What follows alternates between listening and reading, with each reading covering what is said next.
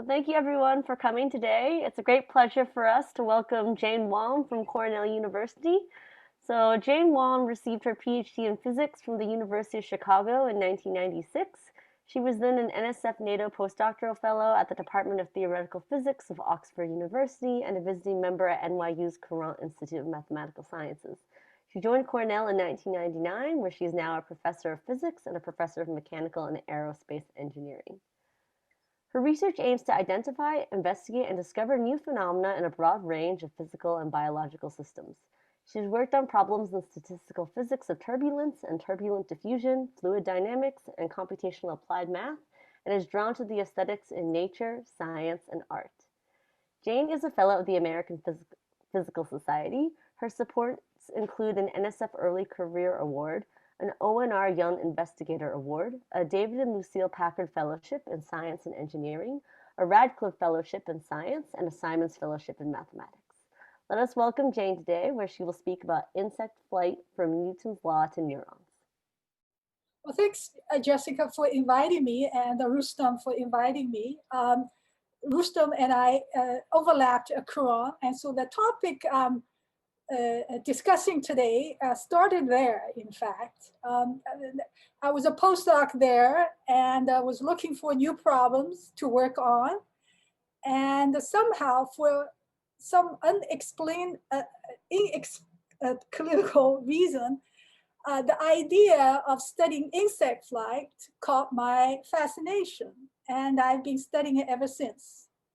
And it was a real mystery back then to think about how insects fly and what do they actually do, and can we bring mathematical and physical modeling to understand this rather mysterious phenomenon. And so I thought for this talk, I would go back somewhat in history and just to go through this sort of a fairly somewhat long, but not overly long journey, starting just thinking about insect is a little moving dot to now where we try to connect the law of movement to the neurofeedback circuitry and really think of them as a living system. And so it's been quite a journey to learn about what insects are and what life is really.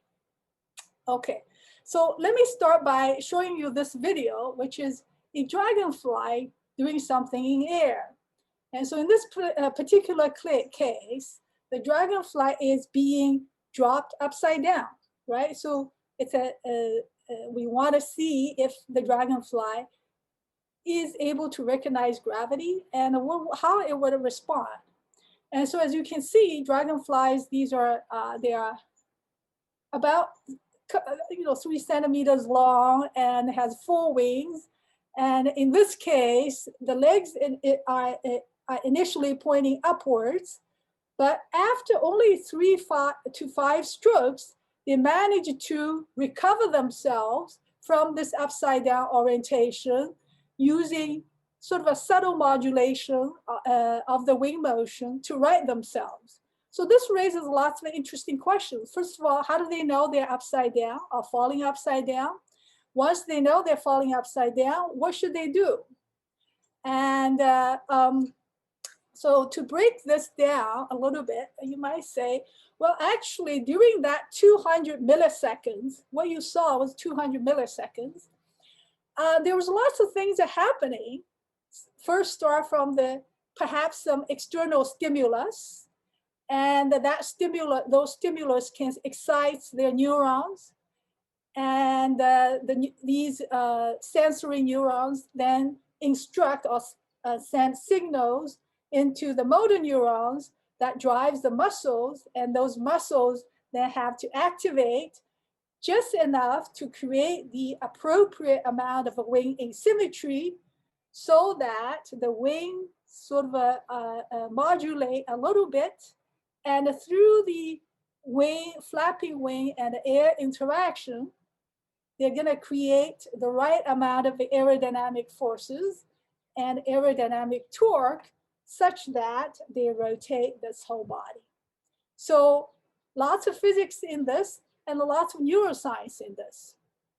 So each layer, you might say, can be studied carefully and by many different fields. And so what we are focusing on is the physical end, which is the aerial maneuver itself. And what we would like to do is, by analyzing the aerial maneuver, by bringing in the mathematical and physical modeling, trying then to predict or connect to some of the internal actions inside. So it's an ambitious goal, but I want to go back to the beginning to talk about, first of all, how do we actually model an insect flight? So we can look at the insect flight in many ways. They are certainly of interest to biologists, and they are being a wonderful model system for analyzing or studying detailed sort of a neural behavior, meaning that you can record the actual activities of the neurons while they do certain behavior. And roboticists find them interesting because they thought, okay, wonderful, maybe we can try to emulate them by building these tiny little flying robotic machines. And for us, it's wonderful because it provides a great system for studying the evolution of living organisms. And this is sort of the focus that I shall be talking about now. The two organisms that I will discuss are dragonfly, which you just saw, and also another model organism, which is fruit fly, that many of you, of course, have seen or are familiar with. So just to give you a sense of scale, they're about an order of magnitude apart. And so dragonfly is about centimeter long, 3 centimeters long, and fruit fly is about a couple of millimeters. And the way they flap their wings are a little different. Dragonfly flap about 30 to 40 hertz, and the fruit fly is an order of magnitude higher, 250 hertz. So much faster, smaller but faster. And also the number that as a fluid dynamics person will be interested in is that as the wing moves in air, so it's gonna flap the wing and the wings interacting with air. So the typical Reynolds number for these two bugs are about a few thousand for dragonfly and a couple of hundred for fruit fly. And then I'll also, later I'll mention about how the wings are driven, and they are driven a little differently too. Dragonfly, by the way, is one of the most ancient insects that are still around and are still being the sort of the most maneuverable insects. They were evolved about 350 million years ago, and they are driven by direct muscles, meaning that the wings are pulled by muscles directly attached to them. And the fruit flies have evolved as an interesting and ingenious design where they somehow manage to fly with only 2 wings and use the other 2 wings as sensors. You know, they are called halteres, and the muscles driving the wings, they are no longer attached directly. They do have 2 parts. One is direct muscles. They are called steering muscles, which are tiny, but they modulate the wings. But the wings are powered by indirect muscles. Okay, so these are 2 model organisms that we will study and sort of trying to compare these 2 systems. Okay, back to how we're gonna build models. So here's a complex living system. And so the first question is, where do we start? How should we even start by to analyze such a complex system that has evolved over the course of 350 million years? And the way I started was actually sort of pulled into the direction of unsteady aerodynamics largely because there was a myth back then saying that, oh, bumblebees cannot fly. Obviously they do, but the real question was, can we actually understand the unsteady aerodynamics around these rapidly flapping wings, right? So what kind of flows do they generate? And what kind of forces do they generate? And so now that turned out to be an applied math question, which I studied when I was at Cornell Institute. Okay, so just to give you a scale, the animals, of course, almost all animals move, and we move on land, but majority of the animals actually either fly or swim, and they occupy a broad range of scales, and from as small as bacteria all the way to, say, mammal whales. And what's interesting about the regime where the insects fly are they occupy this what's called intermediate range of Reynolds numbers, so that it's neither, the fluid is neither dominated by inertia or the viscous force. And so it's an interesting interplay between both the fluid inertia as well as the viscous forces. But on top of that, the fact that they're flapping their wing rapidly makes the flow complex and interesting. Okay, so to abstract away everything else, if we just want to understand the flapping wing, or the physics of flapping wing, how should we go about it? Well, we take everything, we remove everything, and if we just drop a piece of paper, and that piece of paper sometime will tumble, sometime will flutter, and occasionally they will do this beautiful tumbling motion in a very nice periodic, following a very nice periodic trajectory. And the governing equation for this piece of paper is the same as the governing equation for that flapping wing, essentially, is the Navier-Stokes equation. So if we want to boil down to the math problem to solve, and there we have it, we have the Navier-Stokes equations for the air around this flapping wing. And then we also have the dynamics of the flapping wing. And coupling these two systems is the boundary condition, which is the no slip boundary condition. So mathematically, this is the equation one needs to solve in order to understand all the intricate vortices around the wings and the associated pressure and the viscous forces, so that we can understand how much forces are being generated as the wing flaps around. Okay, so that was the question. And to make the problem even simpler, one can, instead of thinking a 3D wing, we should make it a 2D wing. Okay, so now that's a considerable simplification. And the reason I want to do that, there were two reasons. One is, at the time, there were people arguing that the fact that the wing is three-dimensional must be important for generating the forces. That could be one resolution explaining the bumblebee myth. And I didn't quite believe that, because I felt, even though the actual wing is three-dimensional, but what's more critical is how the wings are actually moving about in air, the exact motion they follow.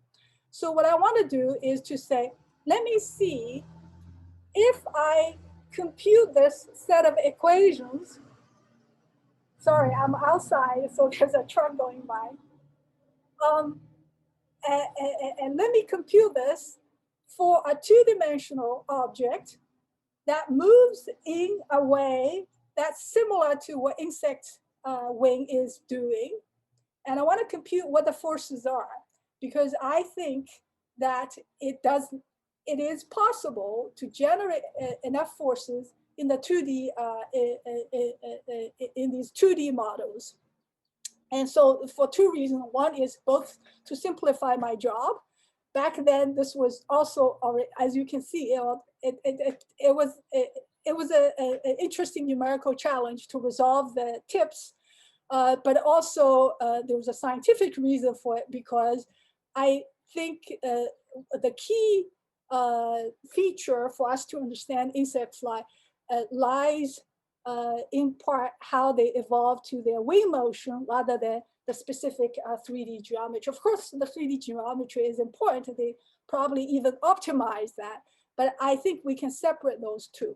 Okay, so that's how I started.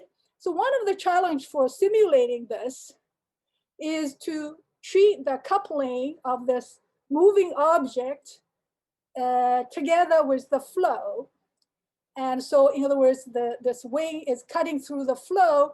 And if you do a brute force sort of a mesh, it's costly. You have to constantly remeshing and so on. So what would be an efficient way of doing this? An efficient way of doing this is you put a grid around this thing, ellipse, let's say, that's a cross section of the wing in the core direction. And you solve the equation in the non-inertial frame. In other words, you co-move with that. Now that's good, but on the other hand, because of this you're solving this in the non-inertial frame, what you need to do is to actually specify properly what is the far field boundary condition is, right? So now the far field flow is no longer still, and that is the exactly the motion due to the wing itself. So I can use a fixed grid, but I have to treat the far field boundary condition properly. And the second interesting challenge is that the wings are very thin.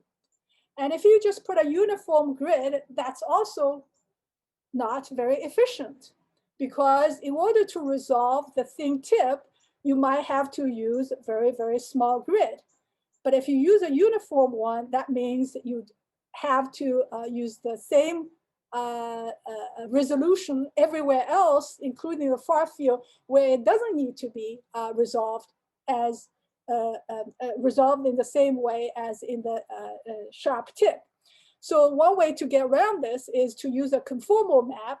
And so in this case, you put in elliptic coordinates, and which just has this beautiful property that is, as you can see in the picture, that it is nicely refined near the thin tip, exactly where as you need it. But also the grid size increases exponentially to the far field. So this way you can afford a very large domain. So you want to have a large domain, in the same time you also resolve locally. And so that conformal mapping did the job. And there are other details I won't get into, which is there's also a rather nice fourth order spatial derivative you can use using what's called implicit differentiation. So with all that, and the whole idea is so that we can resolve this two-dimensional way, the flow around it.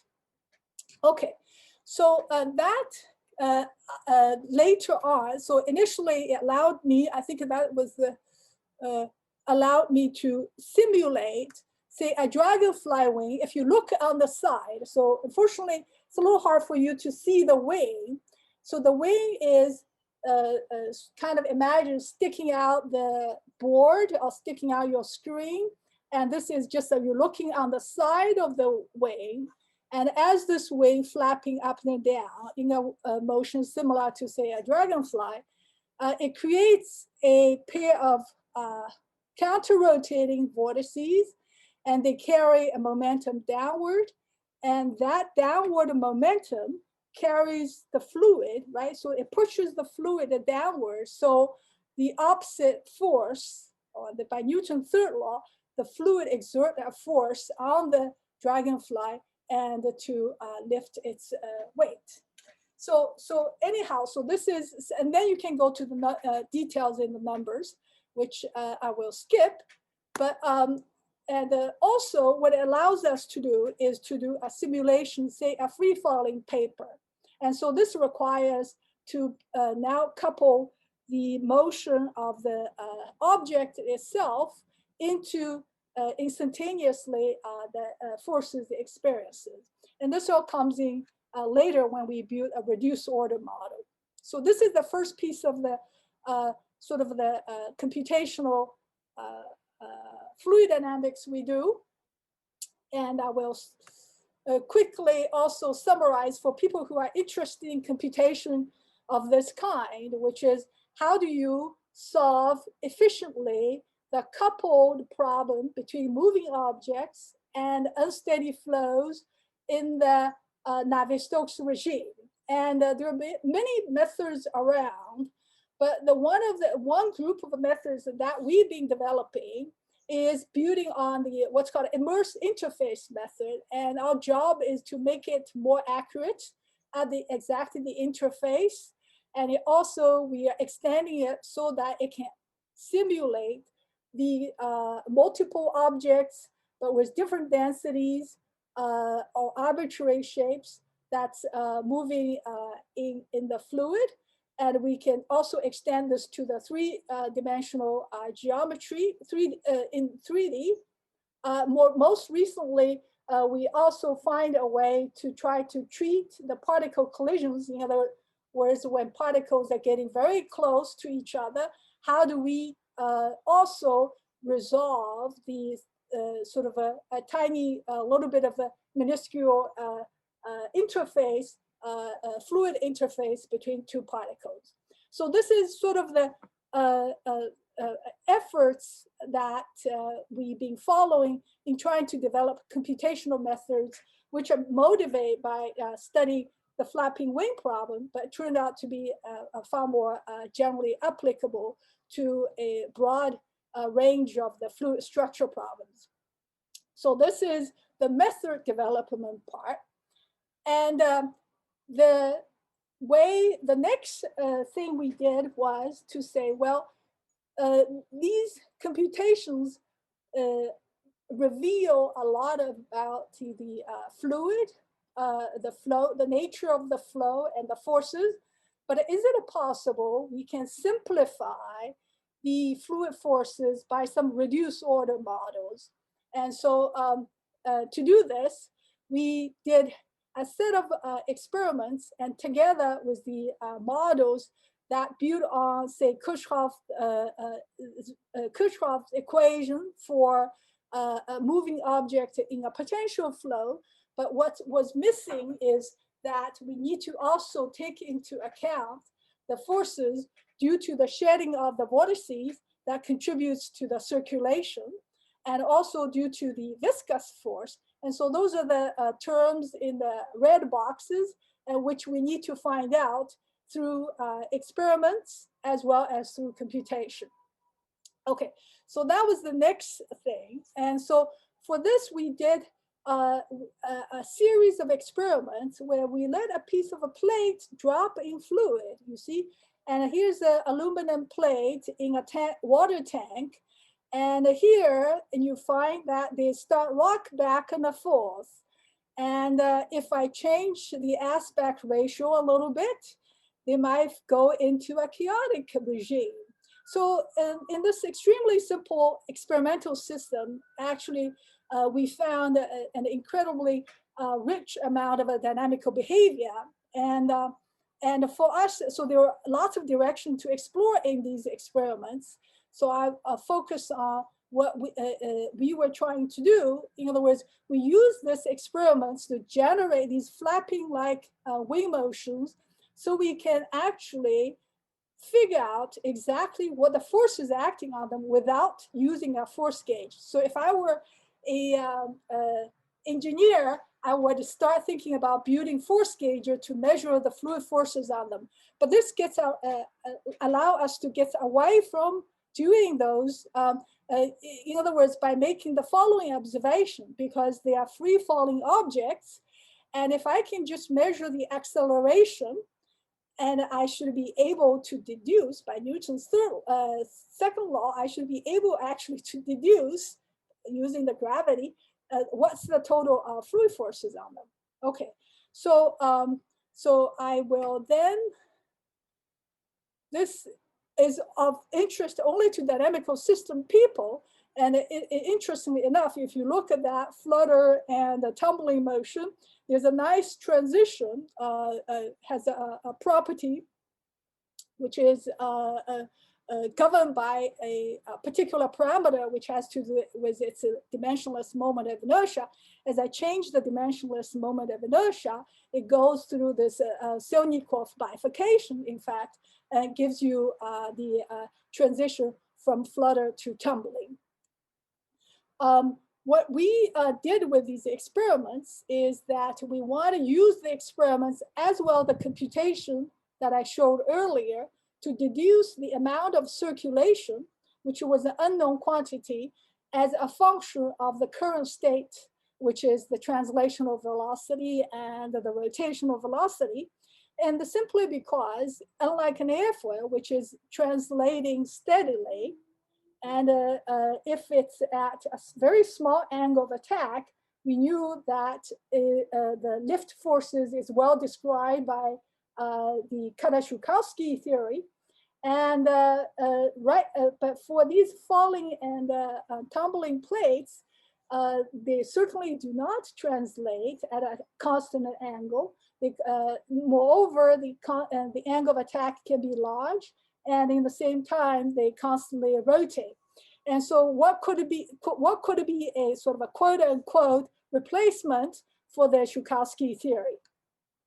And so from the computation, these are the numerics, we computed those, and we find out that, well, there's a term that's proportional to the translational velocity. There's a term that's proportional to the rotational velocity. And the term that's proportional to the translational velocity is a little different from the Shukowski lift, partly because we have a plate. And so instead of sine alpha in the Shukowski lift, if you are familiar with that, and now we have sine 2 alpha. And the new term comes in handy, and it's pretty important.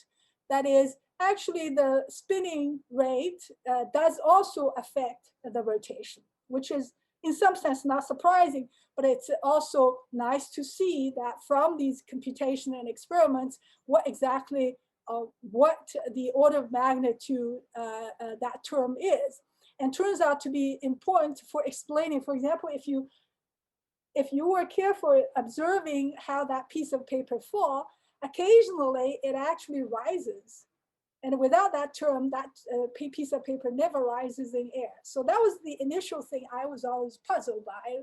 Why would a piece of paper rises? Not just falling, but it had to do with this circulation term.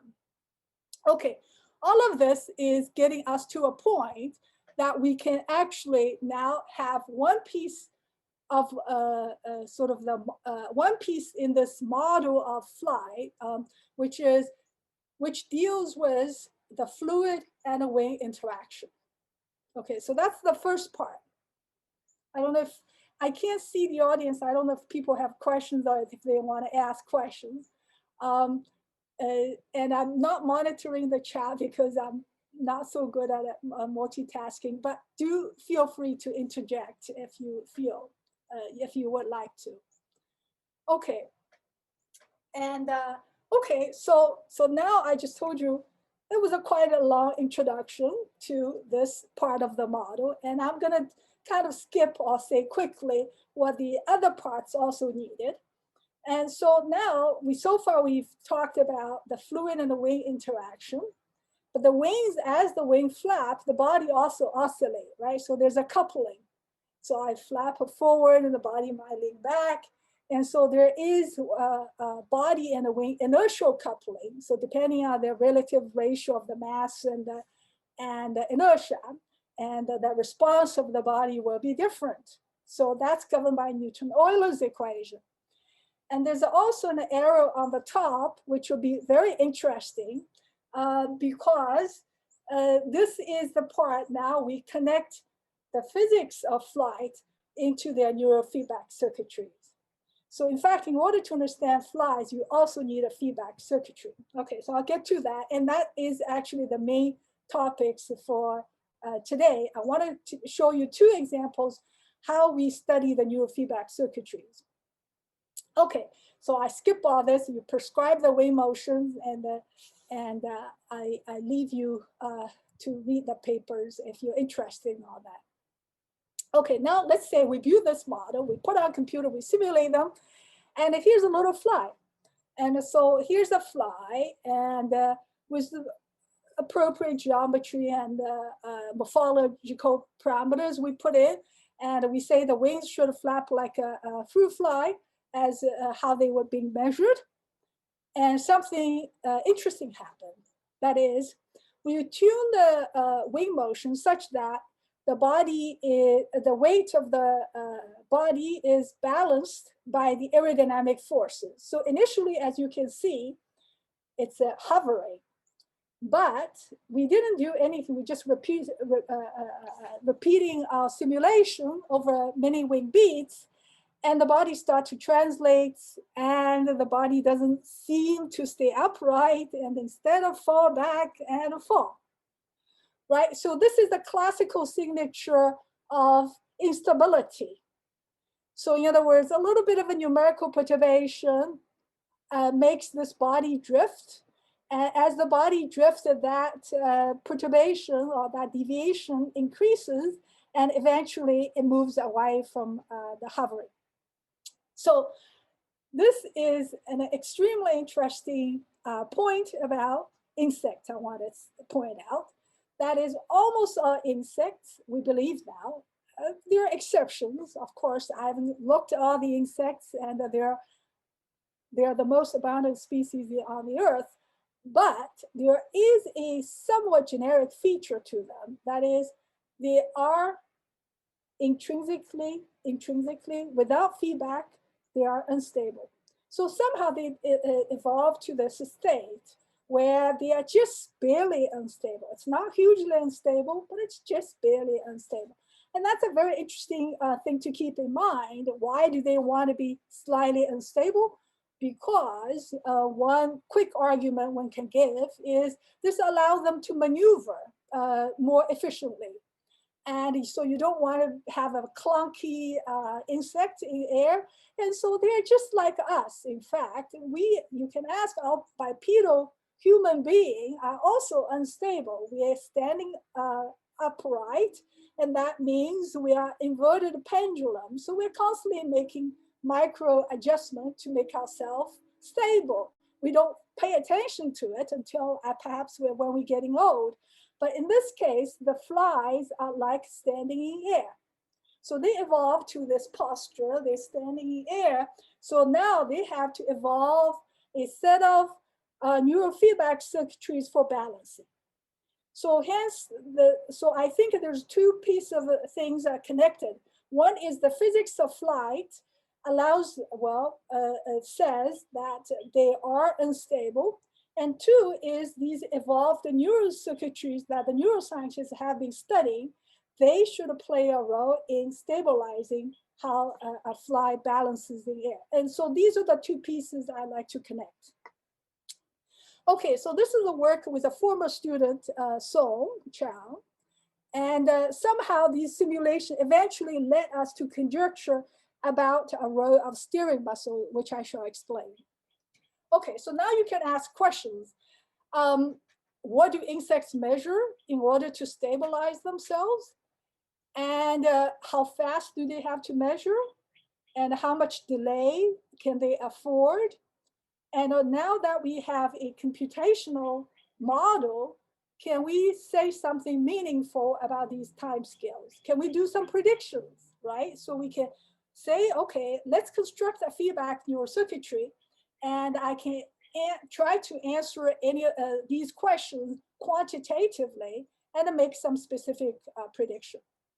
That's what we did. But first, I'll just quickly mention in terms of methods when people say, well, how do you even quantify the stability of a fly? And one way to do that is we carry out a Floquet stability analysis of a periodic state. So first you have to identify periodic states in this dynamical system, and then you perturb them and you calculate the Jacobian matrix and you find the eigenvalues. And so when you do carry out that and you realize this is for many, many different states, by the way, some are ascending, some are descending, it turns out indeed what I claimed earlier is sort of supported by this. Unless the fly is falling, say, very fast. They're always unstable. So hovering flies are unstable, ascending flies are unstable. And now we have to design a control algorithm. The way you think about the control algorithm is the following. So physically, you have this intuitive picture that when the body is pitching forward, you want to push it back. And when the body is backwards, you want to give it a little nudge. So how do we give this little bit of a nudge with the wing? And that little nudge is by shifting the wing stroke center, the center of the stroke plane. So if I shift a little bit forward, I sort of effectively move the pressure center forward, so it would have a torque that torques the body up, right? So you have to think about this see if these pictures make sense. But roughly speaking, we have this physical picture, and then we say, well, let's turn this into a feedback control algorithm. And we basically says this amount of the shift, phi naught, has to be a function of whatever it's sensing. And whatever it's sensing in this case will be the body orientation, whether it's upright, whether the body, let's call that theta, and then theta dot, which is the angular rate of that pitching rate. Okay. All right, we construct all this. And plus, we want to address our question about specific time scales. How often do they have to sense, and how much time delay can they afford? And so now we have this somewhat complex looking diagram, which basically says we have to sense every TS sampling rate, and we allow some delay time, which we call TD or tau. Okay. 2 time scales in the problem in this control algorithm. And then if you do things right, you manage to make them hover forever. So the first answer is yes, it's possible in this parameter space that's spanned by these 2 time scales. It's possible to make this a little bug stable. And now the question is, which parameters? Okay, so which parameters? And so that was a lot of sort of simulation on this question. So essentially, there are about maybe 2,500 simulations trying just to scan this parameter space, and you find out whether it's possible to control them. Okay, very nice, simple pattern comes out, which is to say, well, actually, there is a, broadly speaking, this blue region where the fly can be controlled. Okay, now what about this blue region? The blue region says, well, you want to sample between, say, almost every wing beat or every 2 wing beats, every 3 wing beats, but after 3 wings, things don't do so well. Okay, and within that 1, 2, 3 wing beats, you want also have a relatively fast response time. So that means the delay time should be less than 3 wing beats, right? Okay, so we look at this diagram, and of course, for the people who are you might immediately notice their integers do well and the half integers do well. That makes sense because the wings themselves almost act like a clock, right? So you already have a natural frequency. But what I want to focus now is on the left corner. On this left corner, the most robust control occurs where everything is blue. And that happens actually around every wing beat, right? So every wing beat. So biological control isn't perfect. So that means within every wing beat, or 1.2 wing beats, or 0.8 wing beats, it doesn't matter. So the robustness means if I shift the sampling rate a little bit or delay time a little bit, the control works. And so now this gives us a clue. We say, aha, we don't know if our model is reality, but nevertheless, it suggests that fly, if they sense every wing beat, they can have a robust control. Okay. And this is just a digression to say, actually, the amount of control needed is incredibly small, just a fraction of a degree. So you don't see them. If you're experimentalist, you try to measure how much of these wing modulation actually is used to control the fly, and you might not be able to see them. It's mixed with all the other variations. So theoretical, so that's the use of the theoretical model, which actually says, okay, you only need a fraction of degree of adjustment, fraction degree of adjustment to maintain this, okay. So then we were bold enough to say the following. We said, okay, flies sense every wing beat to stabilize flight. And then we also said, aha, of the various muscles, which I haven't talked about at all, one of the muscles, steering muscles, which is called a first basilar muscle, is actually critical for precisely regulating the pitch stability that we are seeing here. So how did we get to that point? And the reason we got to that point is because when we first thought, okay, every wing beat, as I said before, flies flap 250 hertz, so that's every 4 milliseconds. So every 4 milliseconds is very fast. Do they have such a fast sensor? And we do know that they do have fast sensors. So there was a large literature on halteres, which is a fly's equilibrium reflex. And this actually has an interesting long history that I'll briefly mention here. So fly has, as I said, 2 wings, and the hind wings, unlike dragonflies, become a very short stalks. So they're no longer functioning as an aerodynamic force generator, but they beat just like wing, but out of phase, okay? So they're like pendulum, swinging back and forth. And you say, what are they for? And maybe 400 years ago, somebody cut these and they don't fly anymore. So that raised a whole new interesting question, what they were for. And it took a couple of 100 years before people say, aha, they actually function like a gyroscopic sensor. So the physics of it is very interesting. Basically says they are actually beating up and down like a Foucault pendulum. And if the body is rotating, well, there's a little bit of a Coriolis force. And that little bit of a Coriolis force happened to be sensed by the sensory organs at the base of the stalk of the halteres, what's it called, halteres. Okay, sounds highly implausible, but has been studied for over a long time, and it was first proposed by Pringle and others during the late 30s and the 40s, and has been subsequently studied by many biologists using a variety of experiments. And so now we know that they do have these halteres, and then people were saying, okay, now the halteres sense the signal of the rotational rate of the body, but they must then instruct, these signals have to go into the motor neurons that regulate the muscles. And I don't want to overwhelm you with a picture of muscles like this because it's very hard to understand.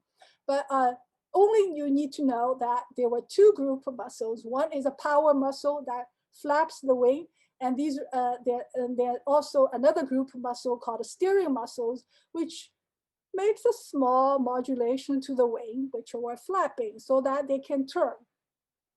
Okay, skip this. And then we looked up some literature on the connection of the sort of various muscle activities to the halteres. And it was interesting enough, there was an old paper in 1980s pointing out that when you look at some of the muscles that receiving the signals from halter nerves, there's one strange muscle he pointed out is first basilar muscle. The reason it's a little strange is that it's always active. It's active every wing beat.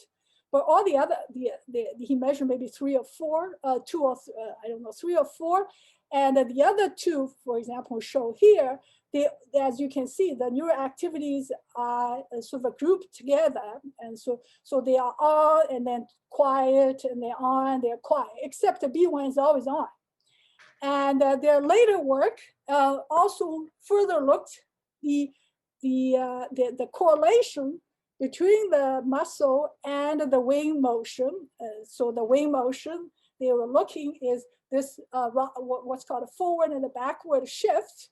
And they found, okay, looks like there's a correlation between B1 and also that shift that we were actually using also for control the flight. So when we look at these two pieces of evidence, our immediate conclusion based on the studies of fly stability is to say, aha, this B1 muscle might be just what we were thinking, looking for, that is responsible for regulating fly stability, i.e., that Haltier sends the body rotation every wing beat and sends the signal to many different muscles, and among which they send to B1. And if B1 is always on, which means constantly monitoring their rotational rate, and then they can adjust the wing forward and the backward motion, which we need for our control algorithm to stabilize the flight. So that was the mental picture. Okay, so there are new results on these muscles, which I skip, but that was the sort of the mental picture now we have, which is, you say, Haltier's instruct motor neurons, B1, and adjust wave motion, stabilize body pitch. So that was all theory. We wrote it down and so on. But so it'd be nice to test these. So I was on sabbatical at Genelia, which is a neuroscience institute. And so I was curious, and anybody who knew anything about first bacillary muscle or and what geneticists can do now is they actually can specifically target these particular motor neurons. They can turn it on, turn it off by some genetic manipulation. And so my dream was, if somebody can give me some flies where they turn off that particular motor neurons, and the prediction will be that they won't be able to fly or they'll lose their pitch stability. And so just by luck, and one of the postdocs there, Troy, and was experimenting with these flies. So I asked him for these flies. And so this was the first jar I got. And actually, there was an interesting story, which I like to tell because people, there's so many people studying genetically modified flies. In fact, in that neuroscience institute, everybody is looking at these flies for various strains. And one of the things people, in this particular case, they are looking for certain properties, how they affect maybe some internal neural circuitry and the complex, and immediately dissect them and look at them and measure them in tethered fly. But when these flies sitting inside a vial, you can't actually tell them apart because they actually don't fly at all. They're just sitting there, or they walk, in this case, up on the wall. So if you look at a different genetic strain, it's hard to see with our naked eye what they do. But it's also very simple. You just put this vial in front of a high-speed camera and you'll see what they do. And so I immediately put that in front of a high-speed video camera, and so I was very pleased. Well, it's a sad thing to say, they don't fly so well, but at least it just worked like what we were expecting, that they don't actually fly well, and instead they tumble. And for normal flies, they also do a similar thing. They walk up to the ceiling, but when they take off, they manage to stabilize themselves in air. And so if you compare these two trajectories, even though this is a very tiny filming volume, and for the B1 modified flies, and they often tumble and lost the control of pitch, but for the regular fly, they do manage actually to fly across. So that was pretty exciting. And we are trying to, the moment we're trying to look at the statistics. I have lots of film of this, but I still don't have a very good model trying to predict exactly what the trajectories are. So that's something we've been working on. So anyhow, so that's a one, let me check my time. Okay, so we're almost at the end.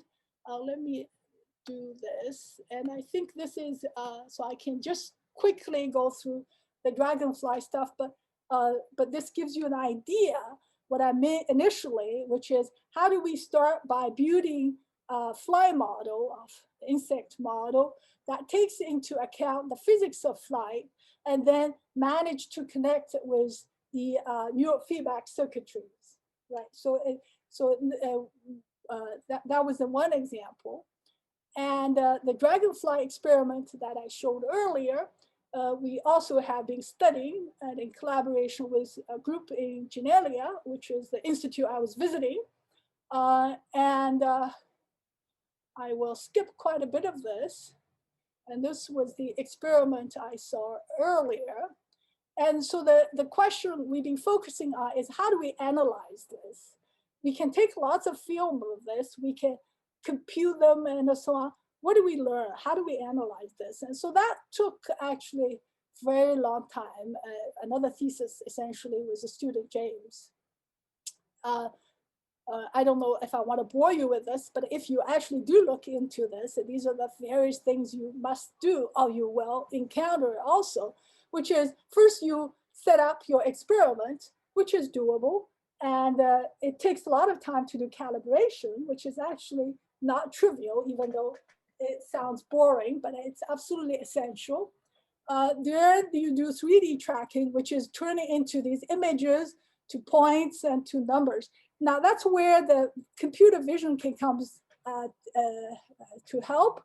And the new machine learning tools, some of you might know, it's called deep cuts and so on, can come to help. But all of at the end of this, you get lots of data and you're very puzzled. What do they mean really?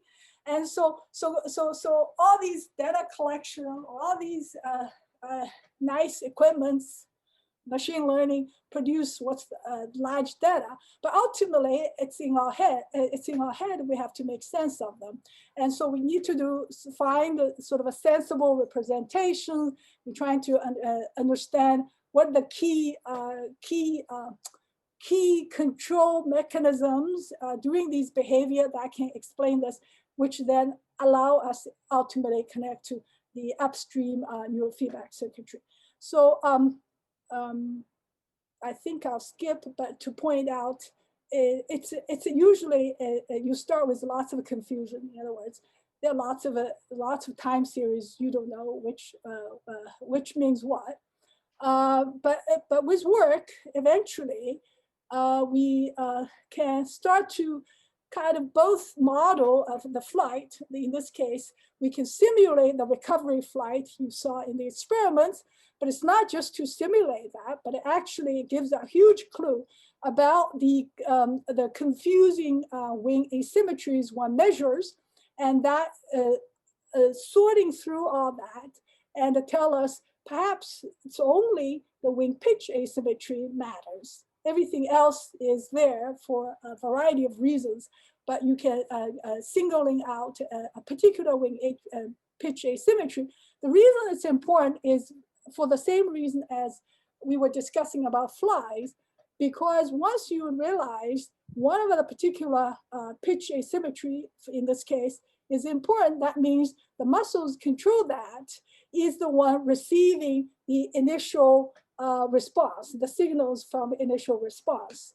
And so then we can piece some of these together. We can say, aha, now we can actually conjecture that perhaps some internal pathways starting from vision, which I didn't talk about, and then they send signals to regulate the wing pitch, and then they, from the physics of flight, they lead to the observed rotation. Okay, so that's a very quick summary, but there's the two systems that are connected. I skip all this unless it's for neuroscientists. So back to my, so this is my summary slide. Back to my title, right? So why do I say it's from Newton's law to neurons? And now if you think about the evolutionary history, the flies being evolved in various ways, 4 ways, 4 times, and insects were the first. evolve its flight ability. And then you also know birds and others, and bats, and there's a recherches. And I like to imagine this evolutionary scenario. That is, it is the physical law that dictates some of the dictates these evolutions. First of all, you have gravity, and then you have water. So everything moves apart from the land animal.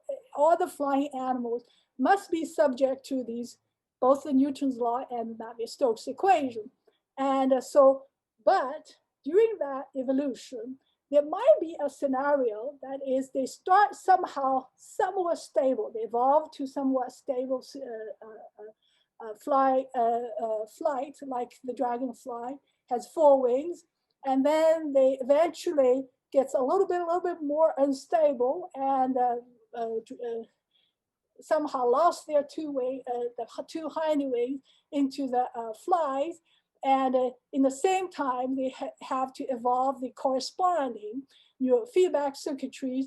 In the case of fly, they have this incredibly small and fast neurofeedback, direct feedback, local mechanical feedback circuitry helped here allow them to navigate in air. So that essentially explains my title. The neurons have to co-evolve with the physical laws that governs the flight. Okay, that's the end. And the people who I worked together with, students, mostly students, and a few collaborators. And so the recent work I talked about with former student James and Som. And in the case of a dragonfly flight, we did our experiments in Genelia in collaboration with Anthony Leonardo. And these were some of the earlier works that we continue to evolve from. So that's all for today. I know it's a lot, and I'll be happy to answer questions. Thank you so much, Jane, for that fascinating talk. Are there any questions from the audience? Please feel free to raise your hand or just simply unmute yourself. I have a question, Jane. Yeah, go ahead. Yeah. So just is there any modeling that people have done in terms of response to somehow currents in the air, wind, and things like that? Because my feeling is insects are very. I'm always shocked that insects just don't get blown away. Correct. So yeah, to adapt. In fact, okay. So people have done experiments, a little less on the computation side. So experimentally, people put them in wind tunnel. You can put them in gusts, and people have to observe them in turbulence and so on. And it's true, they are not blown, well, whether they're blown away or not, but they manage to remain stable, and even though when there's turbulence. Yeah. And the people have measured them, what amount of, how much turbulence you can they tolerate. Yeah, it's a fascinating question. It's a question I would like to study, but it's a very, I still yet to find a good way to go about it, meaning that how do I model the background flow? I can do sort of a simple perturbation experiment, and then essentially you would then, you model, you put a gust on it, you put a quick sort of a delta function of some perturbation on this. But to simulate this fly in a turbulent environment, it will be very interesting. It's in the back of my mind, but we haven't done it. Okay.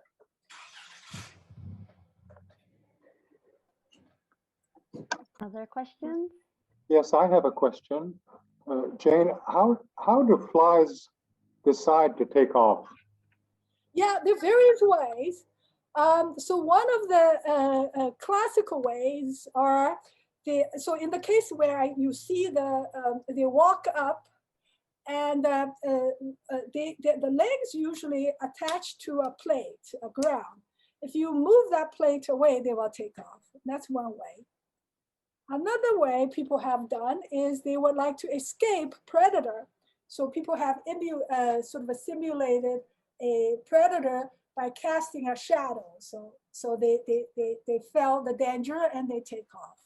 So those are and the way we did for dragonfly, which we did have to kind of detach them. So as they fall, they have to do something in response. So they're a mixture of voluntary responses, for example, to escape, to initiate themselves. That they might see a possible food source, or they might, that would be one way to do a voluntary takeoff, or they have to respond to certain predator. So those are, Thank and you. there are many others. Yeah.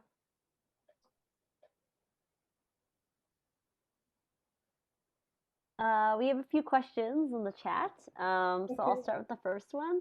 So, on the basis of a spectral discretization of the penalized Navier-Stokes equations in 3 dimensions, how do you study the movement of wings of insects?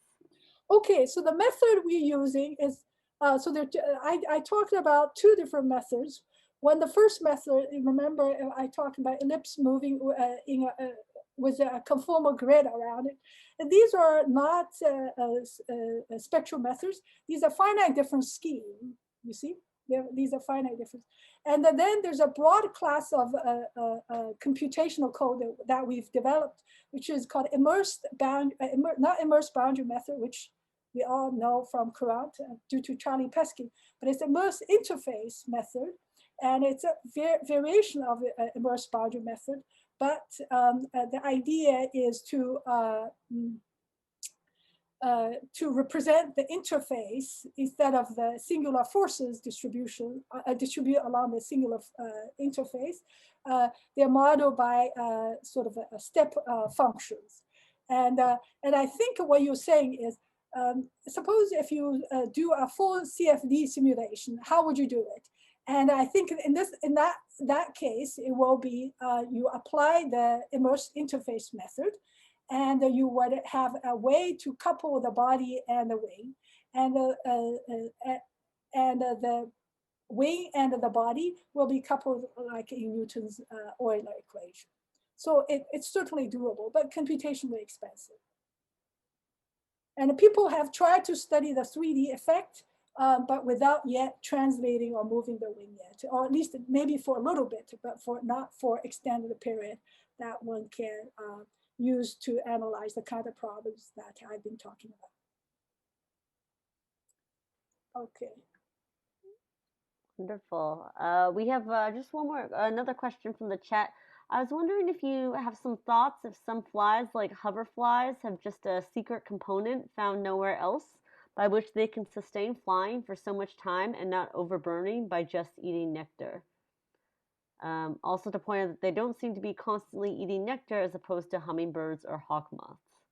No, they don't. The flies that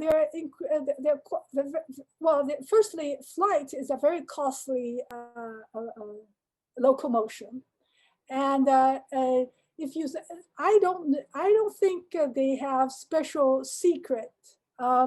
They all fly by physical laws, and they have these internal mechanisms, and I believe shared among most organisms. So hoverfly, and it's interesting you brought up hoverfly. Hoverfly is an interesting fly. It's a fly, but the way that the hoverfly moves, flaps its wing is actually in a way similar to dragonfly, in the sense that the wings actually, the wing motion, they flap up and down rather than back and forth. But that's the main sort of a difference between the hoverfly and say fruit fly's wing motion. But I don't believe they have secret components that other flies don't have.